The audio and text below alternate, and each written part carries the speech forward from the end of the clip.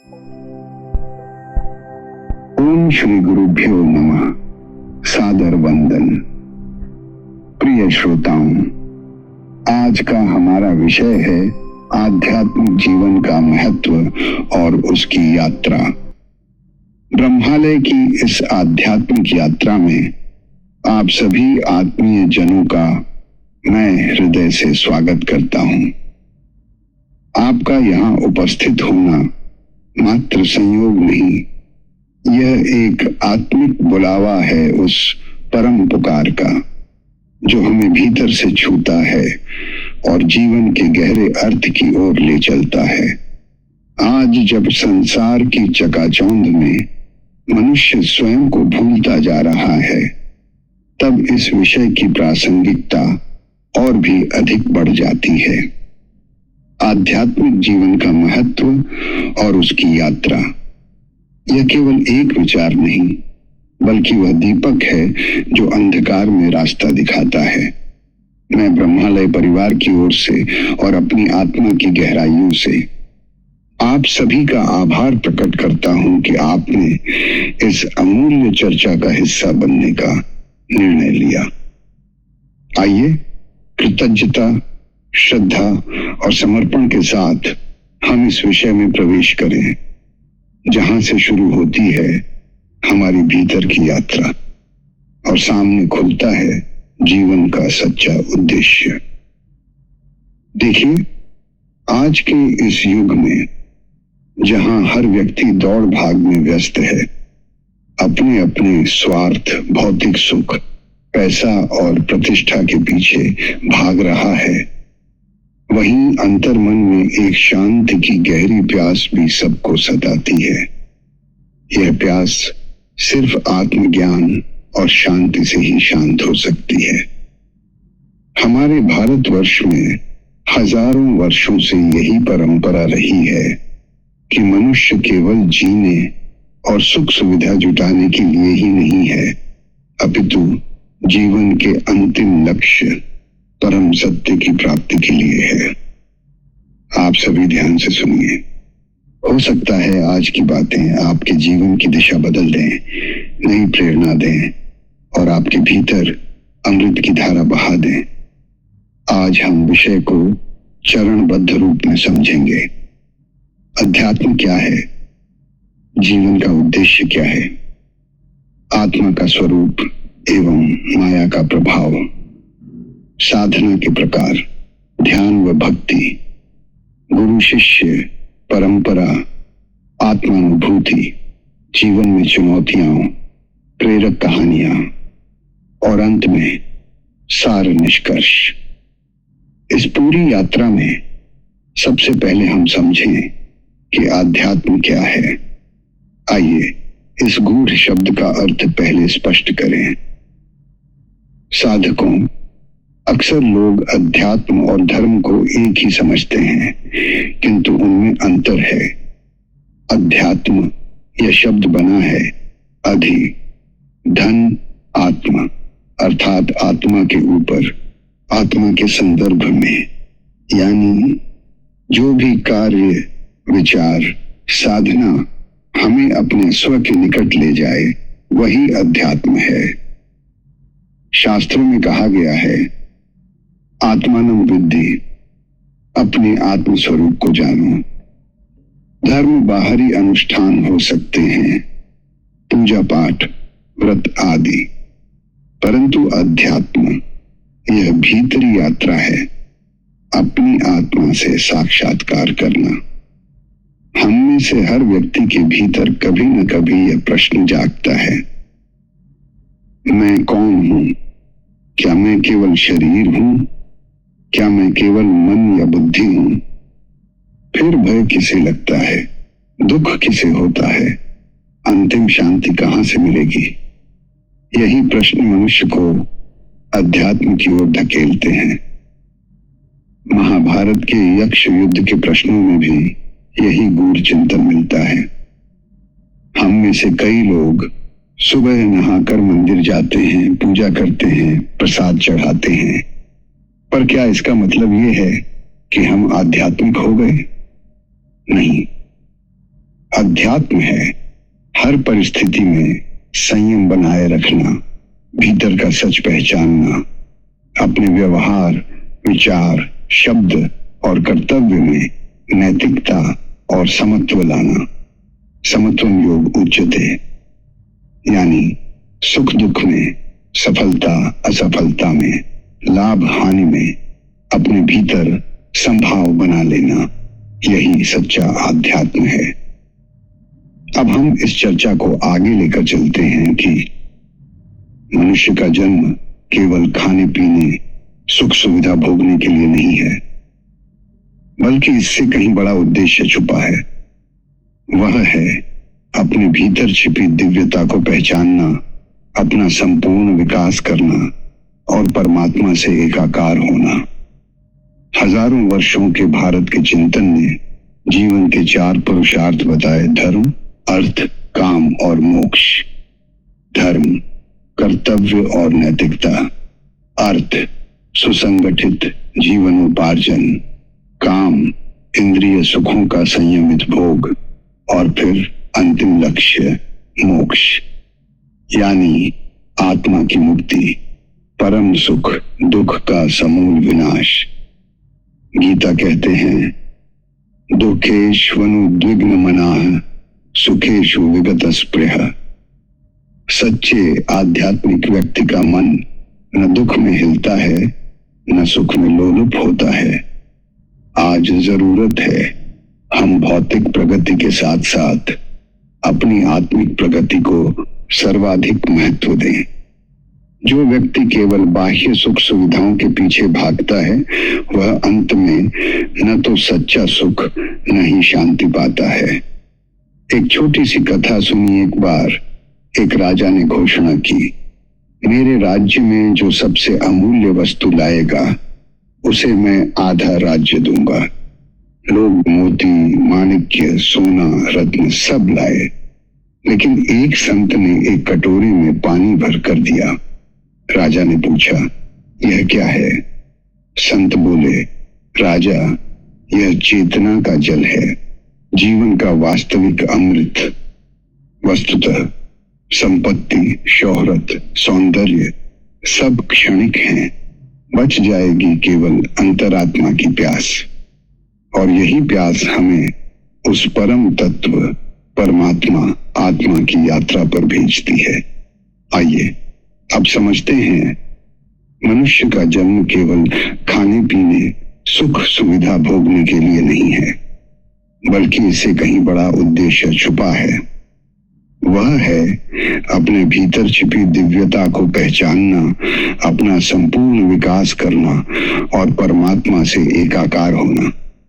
हजारों वर्षों के भारत के चिंतन ने जीवन के 4 पुरुषार्थ बताए: धर्म, अर्थ, काम और मोक्ष। धर्म कर्तव्य और नैतिकता, अर्थ सुसंगठित जीवनोपार्जन, काम इंद्रिय सुखों का संयमित भोग और फिर अंतिम लक्ष्य मोक्ष, यानी आत्मा की मुक्ति, परम सुख, दुख का समूल विनाश। गीता कहते हैं, दुखेष्वनुद्विग्न मनाः सुखेषु विगत स्पृह। सच्चे आध्यात्मिक व्यक्ति का मन न दुख में हिलता है, न सुख में लोलुप होता है। आज जरूरत है हम भौतिक प्रगति के साथ साथ अपनी आत्मिक प्रगति को सर्वाधिक महत्व दें। जो व्यक्ति केवल बाह्य सुख सुविधाओं के पीछे भागता है, वह अंत में न तो सच्चा सुख न ही शांति पाता है। एक छोटी सी कथा सुनी। एक बार एक राजा ने घोषणा की, मेरे राज्य में जो सबसे अमूल्य वस्तु लाएगा उसे मैं आधा राज्य दूंगा। लोग हीरे, मोती, माणिक्य, सोना, रत्न सब लाए, लेकिन एक संत ने एक कटोरी में पानी भर कर दिया। राजा ने पूछा, यह क्या है? संत बोले, राजा, यह चेतना का जल है, जीवन का वास्तविक अमृत। वस्तुतः संपत्ति, शोहरत, सौंदर्य सब क्षणिक हैं। बच जाएगी केवल अंतरात्मा की प्यास, और यही प्यास हमें उस परम तत्व परमात्मा आत्मा की यात्रा पर भेजती है। आइए अब समझते हैं, आत्मा कौन है? क्या वह कोई वस्तु है, कोई विचार? शास्त्र कहते हैं अयं आत्मा ब्रह्म, ये आत्मा ही ब्रह्म है। आत्मा अविनाशी है, नित्य है, शुद्ध, चैतन्य, प्रकाश स्वरूप है। उसका स्वभाव है ज्ञान, प्रेम, शांति व आनंद। लेकिन प्रश्न उठता है, अगर आत्मा इतनी निर्मल और दिव्य है तो दुख, भय, चिता, मोह कैसे? यहीं पर माया का सिद्धांत समझना जरूरी है। माया यानी संसार की अस्थायीता, भ्रम, असत्य की आभासी पहचान। जिस प्रकार रात में रस्सी को सांप समझ लिया जाए, वैसे ही हम शरीर को ही मैं मान लेते हैं। घर, संपत्ति, संबंध, बांधन को मेरा मान बैठते हैं। इसी माया की पकड़ में सारी दुनिया फंसी हुई है, और आध्यात्मिकता का उद्देश्य है इस माया के जाल को काटना और असली रस्सी यानी आत्मा को पहचानना। उपनिषद का एक सुंदर मंत्र है, असतो मां सद्गमय, तमसो मां ज्योतिर्गमय, मृत्योर्मा अमृतम गमय। असत्य से सत्य की ओर, अंधकार से प्रकाश की ओर, मृत्यु से अमरता की ओर मुझे ले चलो। यह है अध्यात्म की पुकार। अब हम आगे बढ़ेंगे। अब प्रश्न आता है, अगर हमें आत्मिक यात्रा करनी है तो रास्ता कौन सा है?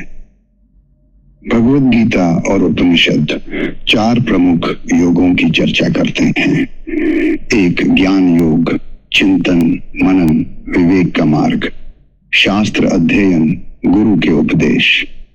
2 भक्ति योग, श्रद्धा, प्रेम, समर्पण, ईश्वर में पूर्ण रचना, भजन, कीर्तन, जाप, प्रतीकों में आराधना।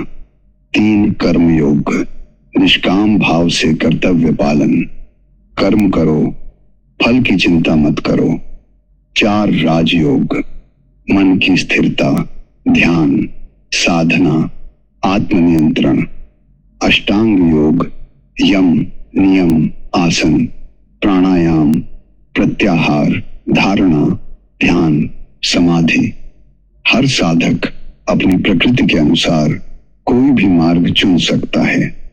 कई बार व्यक्ति को उचित मार्ग गुरु के मार्गदर्शन या अपने स्वभाव के अनुरूप मिलता है। साधना के लिए कुछ सरल व्यवहारिक उपाय: प्रातःकाल 5 से 10 मिनट मौन साधना। यदि आप दीक्षित हैं तो गुरु मंत्र, यदि नहीं तो सोहम गायत्री मंत्र का जप, सहज प्राणायाम। एक दिन में एक अच्छा शास्त्र, सत्संग पढ़ना, सेवा, परहित, क्रोध, लोभ, मोह, अहंकार पर सतर्कता। शास्त्रों में कहा गया है, नास्ति ध्यान समम सुखम, ध्यान से बढ़कर कोई सुख नहीं। अब हम चर्चा करेंगे, अब हम बात करेंगे ध्यान की। ध्यान यानी आत्मा का आत्मा में ही स्थिर हो जाना, मन, इंद्रियों को बाहर से हटाकर भीतर की यात्रा शुरू करना।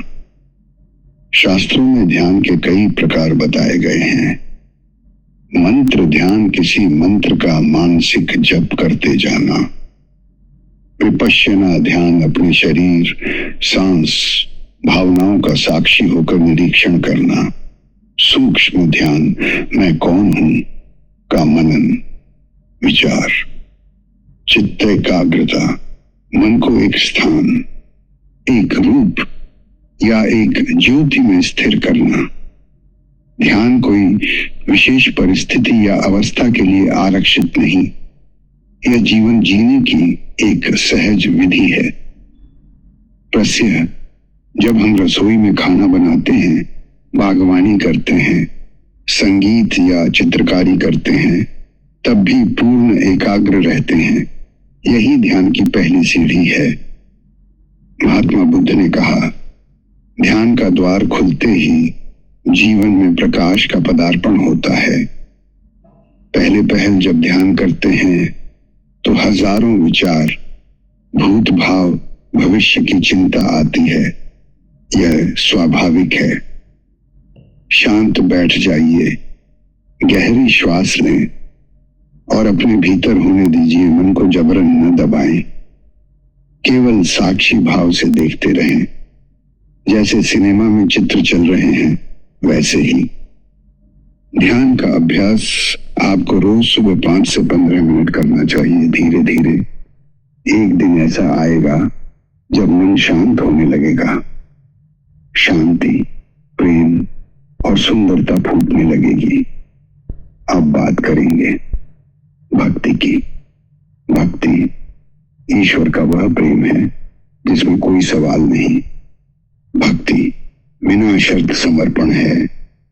जैसे बच्चा मां की गोद में समा जाता है, वैसे ही साधक विधाता के चरणों में अपना भार डाल देता है। मीरा, तुलसी, कबीर, सूर, सबकी भक्ति अद्वितीय थी। मीरा कहती थी, पायो जी मैंने राम रतन धन पायो, बसंत आयो मेरे अंगना। भक्ति में बहुत बड़ा बल छुपा है। जिसने सच्ची भक्ति की, उसके जीवन में दुख, विपत्ति, बाधाएं स्वमेव शांत हो जाती हैं। भक्त के मन में कोई भय नहीं, यह सत्य है। भय जहां होता है वहां ईश्वर नहीं। समर्पण, सरेंडर, पूरा खुद को ईश्वर के हवाले कर दो। जो हो रहा है, जैसा भी हो रहा है, मेरी भलाई के लिए ही ईश्वर ने तय किया है। इस भावना से जो जिएगा उसकी जीवन नौका पार लग जाएगी। अधूरी भक्ति में संसार भटकता रहता है। पूर्ण समर्पण जिसमें आ जाए वह संत सा दीन, विनम्र, लेकिन भीतर से अदम्य शांत और ऊर्जावान हो जाता है। आध्यात्मिक जीवन में गुरु का स्थान सर्वोच्च है। गुरु अर्थात जो अज्ञान रूपी अंधकार को खत्म करके आत्मा के प्रकाश का बोध कराता है। गुरु के बिना शास्त्र, जप, तप सब एक हद तक ही लाभकारी हैं। गुरु सिर्फ एक शरीर, व्यक्ति या पोशाक नहीं। गुरु एक चेतना है, एक दृष्टि है जो हमें सही गलत, छल प्रपंच, मोह माया से ऊपर उठने में मदद करता है। कहा भी गया है, गुरु गोविंद दो खड़े, काके लागू पाए। बलिहारी गुरु आपकी, गोविंद दियो बताए। कबीर। शिष्य उस पात्रता का नाम है जो श्रद्धा, सेवा, विनम्रता, जिज्ञासा और सत्य के लिए समर्पण रखता हो। गुरु शिष्य की यह परंपरा न केवल हमारी संस्कृति बल्कि सारी दुनिया की हर आध्यात्मिक परंपरा की आत्मा है। अब प्रश्न आता है, साधना करने, ध्यान करने, भक्ति करने, गुरु से दीक्षा लेने के बाद अनुभूति कैसी होती है? आत्मानुभूति अर्थात अपने वास्तविक स्वरूप का प्रत्यक्ष बोध। यह कोई चमत्कारी घटना या अद्भुत अनुभव नहीं, बल्कि गहन शांति, अंतर्मन की पूर्णता, मोह, भय, लालच, द्वंद्व, ईर्ष्या का अंत जैसी दशा है।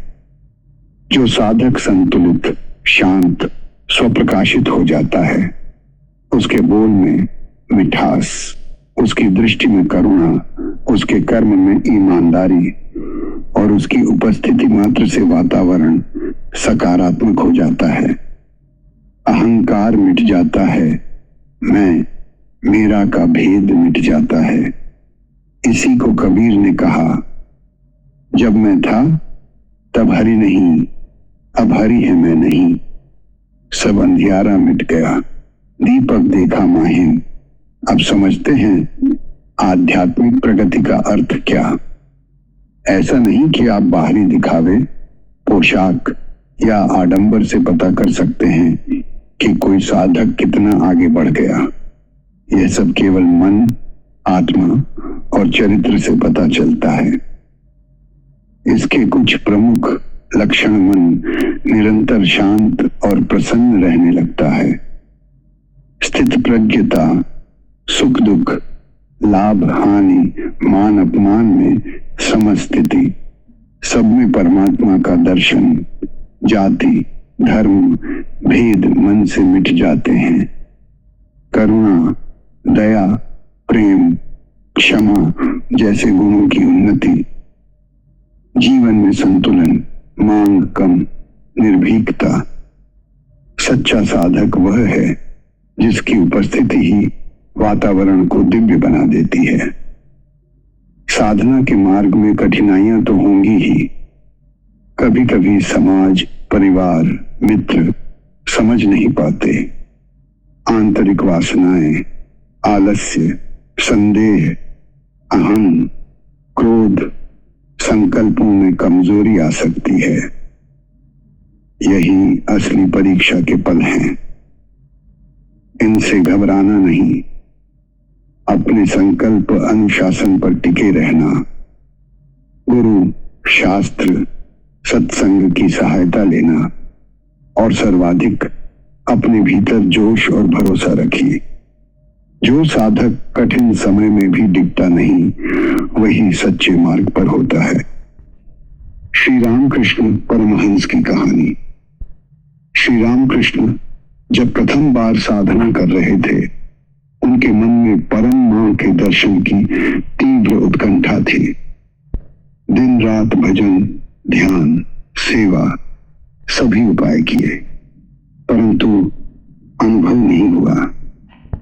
एक दिन वह इतने व्याकुल हो उठे कि रोते हुए कहा, हे मां, अगर आज तुमने दर्शन नहीं दिए तो मैं जान दे दूंगा। इसी वेदना, समर्पण और महाप्रेम के कारण उसी क्षण उनके मन में दिव्य दीप्ति हुई और मां के साक्षात दर्शन उन्हें हुए। गौतम बुद्ध की कथा। गौतम बुद्ध को भी निरंतर कठिन तप से लाभ नहीं हुआ। जब उन्होंने एक दिन शरीर को कष्ट देने के बजाय मध्यम मार्ग, संतुलन अपनाया, तब उन्हीं को ज्ञान प्राप्ति हुई। यह कहानी हमें बताती है, अत्यधिक कठोरता या लापरवाही दोनों ही साधना के लिए ठीक नहीं, संतुलित साधना ही सार्थक है। कबीर दास जी की एक घटना। कबीर दरिद्र जीवन जीते थे, लेकिन उपदेश देते थे।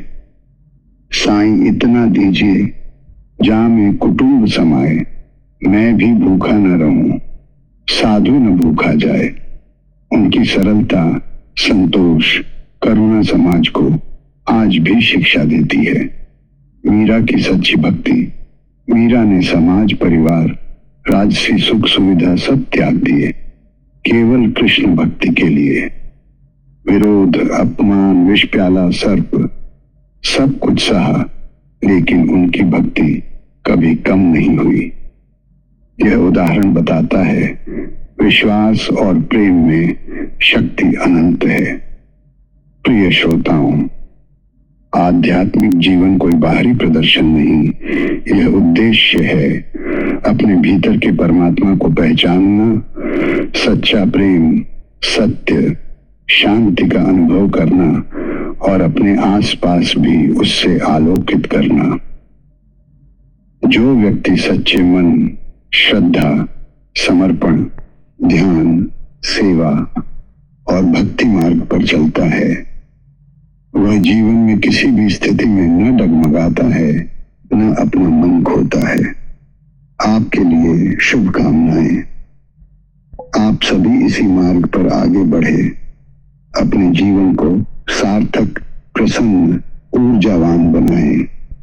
समाज, परिवार, देश और पूरे विश्व के लिए मूल्यवान योगदान दें। अंत में यही कामना करता हूं, ईश्वर आप सबको प्रगति, आनंद, स्वास्थ्य और आत्मज्ञान दे। आपका जीवन समाज और राष्ट्र के लिए उदाहरण बने। आपके हृदय में प्रेम, विश्वास, करुणा और सहजता स्वतः प्रकट हो। विश्वास है कि संवाद ने आपको सोचने और अपनी यात्रा पर चलने के लिए प्रेरित किया होगा। ओम शांति। आपके साथ हमेशा अमरेंद्र, ब्रह्मालय।